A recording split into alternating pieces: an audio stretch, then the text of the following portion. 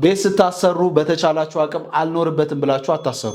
እኔ ከገጠመኝ ስቶሪ ሼር በማድረጋችሁ ሰዓት ክላይንታችን ሁለት ጎን ለጎን የሆኑ ቤቶች በሚገነባበት ሰዓት አንደኛውን እኔ ስለምኖርበት ቆንጆ አድርጌ ልስራው፣ አንደኛውን ደግሞ እኔ ስለማከራየው ያን ያህል ኳሊቲውን አውርጄ ቆንጆ ያልሆነ ቤት ሰርቼ አከራየዋለሁ ብሎ ይገባና የሰው ልጅ የሚያጋጥመው አይታወቅም። ከሆነ ጊዜ በኋላ ለመሸጥ ይገደድና እዚህ ያከራዩ የነበረው ቤት ላይ ለመግባት ይገደዳል ማለት ነው። እኛንም ጠርቶን አንዳንድ ነገሮች እስቲ ኮንሰልት አድርጉኝ ማስተካከል የምፈልጋቸው ነገሮች አሉ ብሎ በሚጠራን ሰዓት እኛ ሄደን ቤቱን ስናየው ኦልሞስት የቤቱ ሃይት 2 ሜትር ከ50 እንኳን አይሆንም።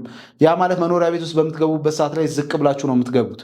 ይሄ ብቻ አይደለም፣ ውስጥ ላይ በጣም ብዙ ኮሎኖች ከመብዛታቸው የተነሳ ፓርቲሽኑ ራሱ በጣም ነው አስቀያሚ የነበረውና ክላይንት እንደዚህ ይህንን ቤት ልታስተካክሉኝ እፈልጋለሁ በሚልበት ሰዓት ላይ እኛ ማስተካከል ማንችልበት ደረጃ ላይ ስላለ ምንም ልናደርግልህ አንችልም፣ እዚሁ ያለህበት ቤት ቀጥል፣ ኑሮን ቀጥል ብለን ጥለነው ወጣንላቸዋለሁ። መኖሪያ ቤታችንን በምናሰራበት ሰዓት ወይ ኮሜርሻል ቢልዲንጎችን በምንሰራበት ሰዓት ላይ እኛ ስለማኖርበት ወይ ሌላ ሰው ስለምናከራየው ስለሚገባበት ችግር የለውም፣ በተቻለን አቅም ኳሊቲ የወረደ ማቴሪያል ተጠቅመን ቤቱን ሰርተን እናስረክብ እያላችሁ የምታሰሩ ሰዎች በተቻላችሁ አቅም በጣም ኳሊቲውን የጠበቀ ማለት ማቴሪያል እንኳን ባይሆን ሞደርኔት የሚባሉ ገበያችን ላይ በጣም ብዙ አሉ። እነሱ መጠቀም ትችላላችሁ ማለት ነው።